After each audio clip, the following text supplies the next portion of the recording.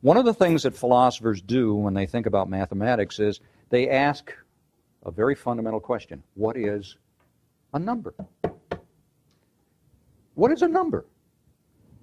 Do you know that hardly any professional mathematicians have ever asked the question, what is the number 1?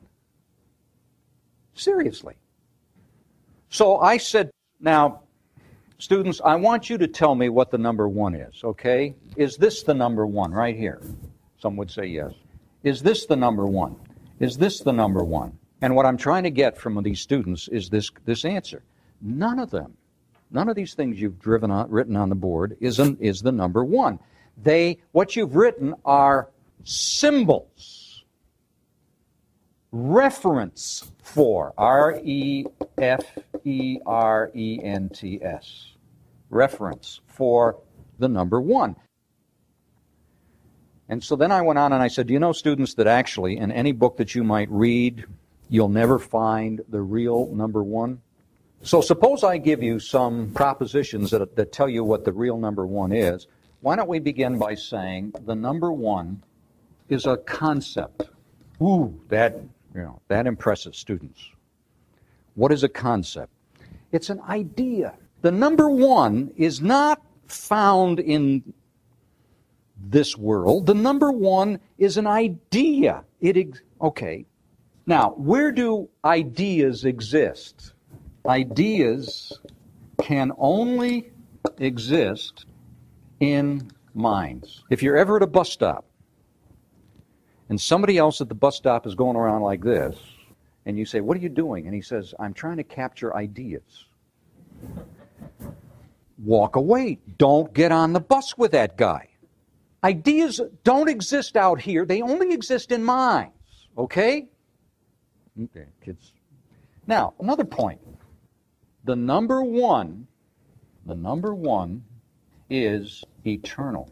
Now, I'm going to offer you an argument for this, kids, but I would say to my freshman students, but even if the argument doesn't persuade you, just humor me, all right? I mean, one thing you need to know about philosophers is we're weird people. If we weren't weird, we wouldn't be philosophers. Now, the number 1 has always existed. I mean, if it didn't always exist, when did it start existing?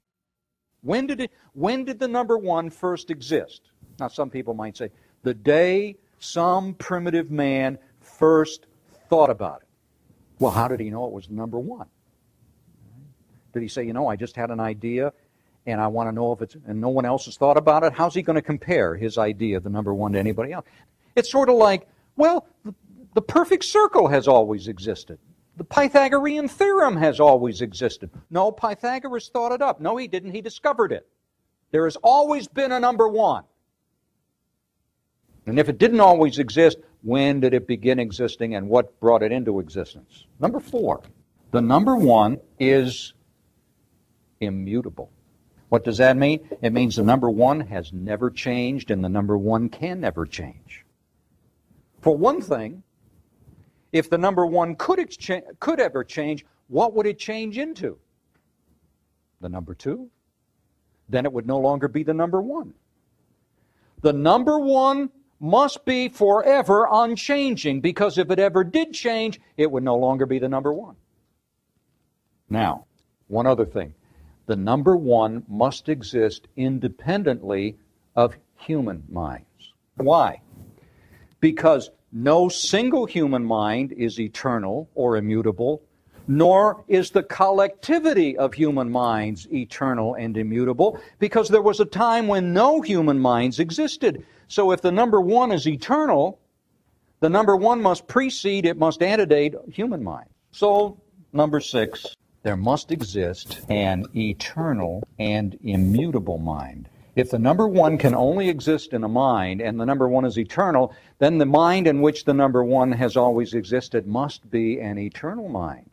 And if the number 1 is immutable, and it must exist in a mind, then the mind itself must be, that mind must be immutable